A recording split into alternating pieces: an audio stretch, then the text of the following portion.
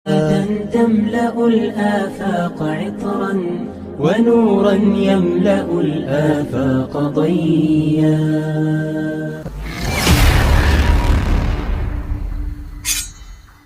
Yang dimaksud bid'ah di sini sebagaimana sabda Nabi, man ahdatsa fi amrina hadza ma laisa minhu fahuwa raddun. Sesuatu disebut bid'ah kalau ahdatsa, kalau baru. Kalau di zaman Nabi sudah ada, berarti tidak bid'ah. Yang kedua, fi amrina, dalam urusan agama. Berarti kalau bukan urusan agama itu tidak bid'ah. Motor, mobil, handphone, kipas angin, apalagi pesawat, toa, itu bukan bid'ah karena bukan termasuk urusan agama. Itu adalah teknologi memudahkan kita di dalam beragama.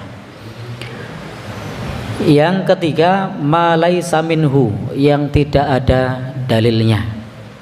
Tidak ada dalilnya dari syariat ini, yang bukan darinya fahuwa raddun, maka tertolak. Maka kalau ada dalilnya, termasuk yang diberikan rekomendasi oleh Rasul, maka itu tidak termasuk bid'ah. Contohnya yang dikerjakan oleh khulafaur rasyidin. Karena Nabi bersabda, fa'alaikum bisunnati wa sunnatil khulafair rasyidin.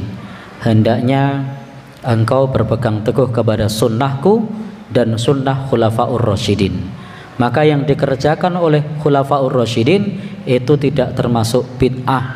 Nabi menyebutnya sunnah khulafaur rasyidin. Nabi menyebutnya sunnah khulafaur rasyidin. Maka yang dikerjakan oleh khulafaur rasyidin dalam hal ini adalah pada masa Khalifah Abu Bakar, pada masa Khalifah Umar, pada masa Khalifah Utsman, pada masa Khalifah Ali radhiyallahu anhum, semoga Allah meridhai mereka semua, itu tidak termasuk bid'ah. Sehingga seperti sholat tarawih 23, seperti membukukan Al-Quran, kemudian juga perkara-perkara yang dilakukan oleh mereka pada masa itu tidak termasuk bid'ah.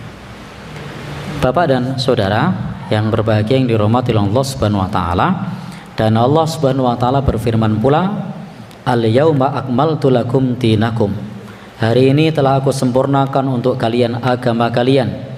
Wa atmamtu alaikum nikmati, dan aku sempurnakan atas kalian nikmatku. Wa raditu lakumul islam madina, dan aku ridho. Ini Allah Subhanahu wa taala berfirman, dan Allah Subhanahu wa taala telah ridho Islam sebagai agama kalian. Sehingga ayat ini menjelaskan kepada kita agama Islam itu sudah sempurna. Maka di dalam beragama hendaknya kita ittiba, mengikuti tuntunan. Jadi mengikuti tuntunan. Maka sahabat Ibnu Mas'ud, semoga Allah meridhoinya, pernah berkata, janganlah kamu berbuat bid'ah dan berlebih-lebihan di dalam agama. Kita tidak boleh berbuat bid'ah, tidak boleh berlebih-lebihan di dalam agama. Wajib bagi kita berpegang teguh dengan para pendahulu kita, yakni ajaran Rasulullah sallallahu alaihi wasallam. Maka di dalam masalah agama itu kita tidak diminta berkreasi, tapi kita diminta untuk ittiba, mengikuti. Tetapi kalau dalam urusan dunia, Rasul sendiri pernah bersabda, antum a'lamu bi umuri dunyakum, kalian lebih mengetahui atas urusan dunia kalian. Suatu saat Ibnul Musayyib menceritakan bahwasanya beliau pernah melihat seseorang melaksanakan sholat sunnah lebih dari 2 rakaat setelah terbit fajar dan memperbanyak rukuk di dalamnya. Maka kemudian beliau melarangnya. Maka kemudian orang tersebut berkata, "Wahai Abu Muhammad, apakah Allah Subhanahu wa taala akan menyiksaku karena salatku ini?" Kata orang tadi. Maka kemudian beliau menjawab, "Tidak, akan tetapi dia akan menyiksamu karena kamu telah menyelisih sunnah Nabi Sallallahu Alaihi Wasallam."